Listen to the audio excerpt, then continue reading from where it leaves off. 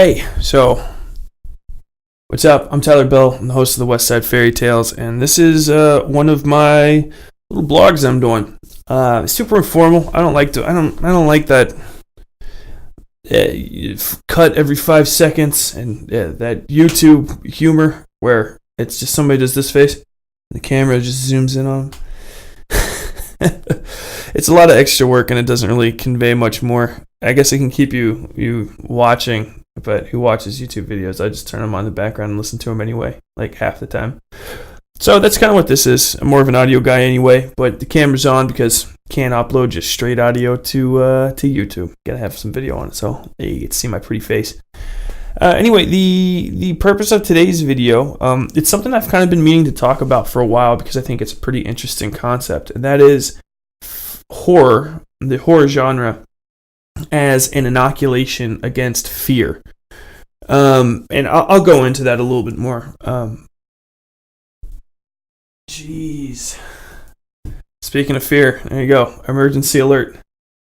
We got that flash floods coming. I don't know how to turn those off, so it'll just be there. If my basement fills up and my house starts floating away, don't worry. This is all off battery, so we'll get it there. Anyway, so I've always kind of thought that, you know, the first story that was ever told, one man to another, one woman to another, whatever, human to human. Fucking 2018, man, it's got you changing up the way you talk about everything. But I've always thought of it as probably have been very, very strictly news. And someone was like, "Hey, thing happened," and everyone was like, "Oh no shit, dude, for real." And I think the second story ever told was a horror story. and then horror got really popular after that. It's probably something along the lines of, we were out walking, right? And, you know, we're hunting mammoths like we do. There's a blood trail on the ground. We got some spears out.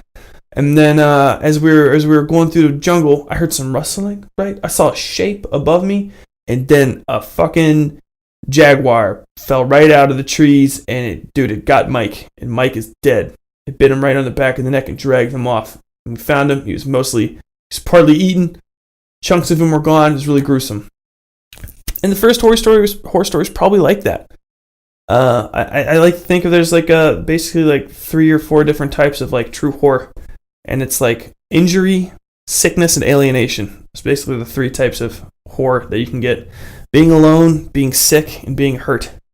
Or, you know, the events leading up to and after those sorts of things. And that's probably what happened first.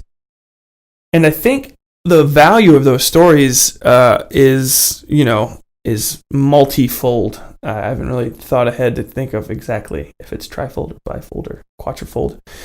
But first off, the story relays danger, and the nature of the danger.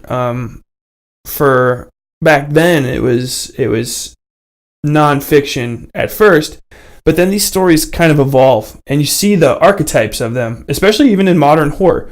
The hunt, being hunted, being injured, being gravely injured, dismemberment, gore and stuff. And it all comes the same, you know, it's be careful at night, be careful of sharp things, be careful of men with unknown motives, be careful of odd women with unknown motives who handle your food. And those sort of things all came from there. There was the first story, you know what I'm saying? And that first horror story was a way for people to trade how violence can be done upon you, how death can come before it's time, you know? Because you don't really hear a lot of horror stories where it's just about aging and you just age out. Like, that's usually fine. If anything, most of the stories I've seen where an old man reaches the end of his life or an old woman reaches the end of life, they're always sort of bittersweet. Death is kind of a constant companion who takes them away, as opposed to when teenagers die, which is one of our favorite things to see die, are teenagers. Teenagers and co-eds. We like to see them get just fucking slashed up and strewn all over the fucking cabin, don't we? When they die, it's a little bit more tragic, but sometimes even funny. And I think that's part of the thing is comedy kind of helps you get it down. But what I'm going at with this is that the other thing I think that these stories do, and one of the main reasons that horror stays so important in our hearts, is that horror as a fiction actually inoculates you against the stronger auspices of true fear. And I know you're saying, well, horror makes me afraid. Yes, but it's a very light sort of fear. You know what I'm saying? I have actually been real afraid in my life, like full on shaking. My whole body is like, you're gonna die kind of fear. And I think I was I'm talking about like in combat, basically, getting mortared, stuff like that, and even lighter forms of that sort of thing. And it's an extremely potent emotion. I've felt basically every sort of emotion on the planet to its extreme at some point in my life, just because I made that happen to myself and went out and sought that. And nothing comes close to fear when it comes to just taking your body over. It shuts you down. It makes you small. It makes you very stupid. Fear fucks your brain up, son. It makes you do bad things, dumb things. And I'm not even talking about like that prototypical, like, you never seen a man turn into a monster when he's in a crowd. I'm talking about like you can't like make your hands do things that your hands are so accustomed to. They're normally second nature because your brain's just so overwashed in those fear chemicals. And I think that horror is actually an inoculation against that, much in the way that little bits of sickness make you immune to the larger sickness. You get a weak strain of the flu virus, and that helps your body build an immunity against that. And I think that our horror stories, and the reason that horror is so prevalent is it gives us the ability to operate in otherwise fearful situations. There's no Stephen King book that's going to get you prepared for combat. But I think that, and especially you see this in the genre and in fans of the genre, that typical archetypal fear things, symbols, situations, being alone in the dark, things like bats and spiders, clown makeup, women with like dark eyes and black lipsticks, people that make their faces look or resemble the actual physical image of death. That becomes more understood and even celebrated. It becomes a fun second part of your life instead of something that can paralyze you. When you're a kid, you're afraid to go outside in the dark. You're afraid to be alone and stuff like that. But and especially with people that enjoy horror, you see a lot of those guys kind of expand. You enjoy haunted houses. You enjoy the minor thrill of being afraid. And it just expands your ability to operate in situations where other people, or people that haven't been inoculated in this way, or in another way by actual just raw exposure to the things you're afraid of, such as combat, it provides a small inoculation so that you don't get locked up, so that you can just kind of walk in and not get fucked up by that. And why I think that's important is, and especially from an evolutionary standpoint, is it makes us much more receptive individuals. There was a conversation, this actually made me think of this, that I got into with somebody on Twitter, and it was some other podcast. I thought it was True Crime Guys, and I was like, oh shit, I upset some real dudes, but the dude was just at True Crime Guy, and it wasn't actually those dudes. Don't talk to him or bother him about it. It's in the past for me. It should remain in the past for him as well. I don't hold a grudge against him, but his contention was that there should be a DNA database. That everybody should put their DNA in so that we can eliminate cold cases and solve all these murders, and that if somebody leaves DNA at a crime scene, it would be super easy to catch them.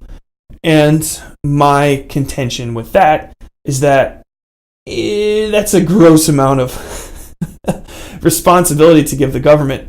And I'm not one of those like anti-government libertarian types. I worked for the federal government, and I found the experience overall fairly invigorating for my sense of country and whether or not the government can actually get shit done. I know that's not something that's shared by everybody, but for me, that was the case. However, I still do understand that the government should not have that kind of power, just because they can do anything with it once they have it. And time and time again, you see people doing stuff. My thing was, if we had a massive DNA database Trump could, if he wanted to, because his policies, not because he's super evil, but if he...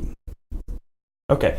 Anyway, if he wanted to, he could take a database like that and enforce his immigration laws by comparing the DNA from border crossers to the overlarge sum, and then he could find the families or potential families of these people and intercept them there, as well as check up on them and be like, hey, we caught people with your DNA profile trying to jump the border. Do you have any illegals at your house?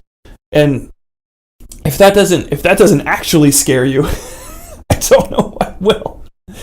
And that's kind of where the inoculation of fear comes in. There's an irrational fear, which I believe that this dude's fear that these crimes are unsolved and the more unsolvable crimes will happen. I don't feel that that's based in reality, or at least that his solution to it's based in reality. And I think that's just because he didn't inoculate himself in the appropriate way, and he hasn't just experienced all these different types of fear.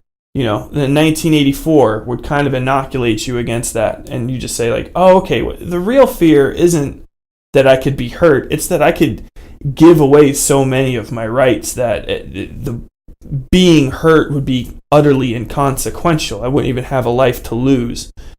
So, and I don't blame him for that. I really don't blame anybody for not knowing stuff, especially because I'm not coming from this like, yeah, this is 100% a fact and I know everything. This is more just like an assumption that I have. But I think that there's a lot of value in thinking of it that way, and I think that's a cool thing about the genre. And in very, very simple ways, it just gives you an ability to understand that some of the things you can be afraid of are not worth being afraid of, and the things that ought to be afraid of, you should be afraid of. And never to let fear rule you, because it's kind of an overarching thing in every one of these stories, is that even in the most base, lowest part of it, the slasher monster genre, and I don't, that's not an insult, it's the lowest common denominator. Anyone can make a slasher movie, and if you've been in horror as long as I have into it, you know that anybody can make a slasher movie, and they're not all good. In fact, most of them are garbage, but they're always fun because it's always the same thing every time. But even in those, there's a very clear moral in every single one of them, basically, and that's don't let fear overwhelm you, because it makes you do stupid shit. These people scream, they run, they trip, they fall, they don't grab for weapons, they do all this dumb stuff because they let little bits of fear overwhelm them. In half of all of those monster things and slasher things, there's always one of the survivors gets killed by another survivor who panics and hits him in the head with a fucking hatchet. And, you know, I like to think that all these people, and you get that feeling, especially when you're in movie theaters and you're talking to people, like, why would they do that? Why would they do that? Why would they do that? And it's because we've seen this stuff enough, and we've been inoculated and educated enough on the subjects that we say, oh, that's a dumb thing to do. Like, don't panic in a bad situation. Keep your voice low, keep your head calm. Think, stay together, work together. One large threat is never equivalent to, you know, the power that a mass can bring against it. You know, 100 small things working together can almost always overpower one single large thing.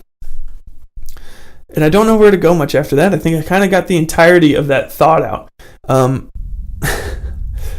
If you like this video, comment, like, subscribe, do all that shit. I'm not really a YouTuber, so I don't care.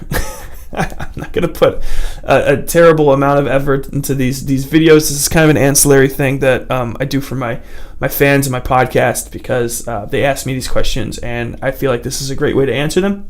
But if you like it, comment, subscribe, share it. Go ahead and shoot me apart down in the comments and tell me I'm wrong. That's fine. There's not gonna be a lot of people talking down there, so I'll get back to you if you write there. In the meantime, if you enjoyed this, or you think I'm interesting, you'll probably actually really like my podcast, which is the Westside Fairytales. You can find that on iTunes, Stitcher, Castbox, anywhere you have it, Google Play. And generally it's Westside Fairytales, 2 words, Westside Fairytales. And westsidefairytales.com is my website. You'll be able to find everything that you need to know about the podcast there. We have listen links and stuff. If you want to talk to me via social media, at WS Fairytales on Twitter, Westside Fairytales on Instagram and Facebook, and you can even shoot me a direct line, westsidefairytales@gmail.com. I got the branding set, baby. But yeah, that's pretty much it. And until then, as always, stay safe out there. All right, this is done. Oh my God, was I not recording?